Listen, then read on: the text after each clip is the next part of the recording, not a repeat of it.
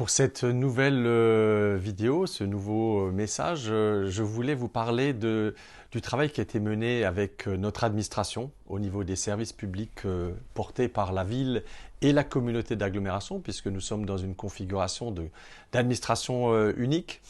Et je m'en félicite d'ailleurs. Ce travail a été mené très tôt puisque dès les premières menaces, on a réuni la cellule de crise pour réfléchir autour des impacts potentiels de cette pandémie. Et puis évidemment, s'est posée très vite la question du télétravail, la question de comment on allait assurer ce plan de continuité d'activité lorsque il faudrait le déclencher. C'est ce qui s'est passé avec les mesures gouvernementales autour du confinement et on a pu mettre en œuvre ainsi du télétravail. Il faut savoir qu'aujourd'hui, on est arrivé à pratiquement 250 personnes qui peuvent travailler depuis chez eux en même temps, se connectant sur notre infrastructure, ce qui est évidemment une belle prouesse. Au-delà de cela, il fallait identifier des services où on mettait en place des astreintes renforcées, notamment en cas d'urgence. Également, les services qu'on voulait garder joignables, même au moment où on fermait les portes de l'hôtel de ville.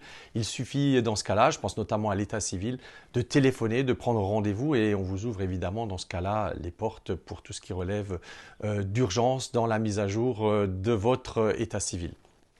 Je voudrais remercier toutes celles et tous ceux qui prennent ainsi une part déterminante dans le maintien des services publics de proximité et remercier toutes celles et tous ceux qui ont travaillé autour de la mise en œuvre de ce plan, que ce soit au niveau de la direction des ressources humaines, la direction des services informatiques et j'en oublie évidemment sans doute beaucoup. Mais je voudrais adresser un coup de chapeau tout particulier à la police municipale. Elle est engagée évidemment sur le terrain, que ce soit dans l'îlotage au centre-ville ou que ce soit dans la vérification du respect des consignes de confinement. C'est une étape importante pour chacune et chacun dans la redéfinition de ces missions prioritaires.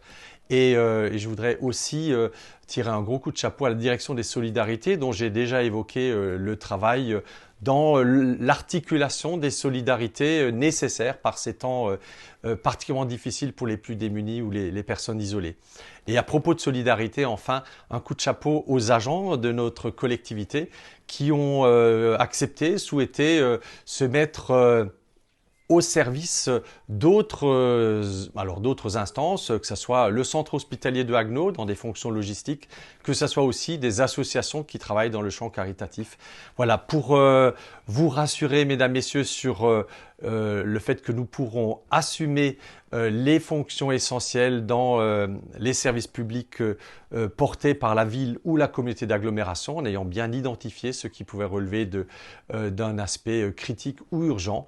Mais vous dire aussi que nous sommes tous, que ce soit les élus ou les agents de la collectivité, conscients de l'importance de ce travail et je voulais vous rassurer dans ce sens-là.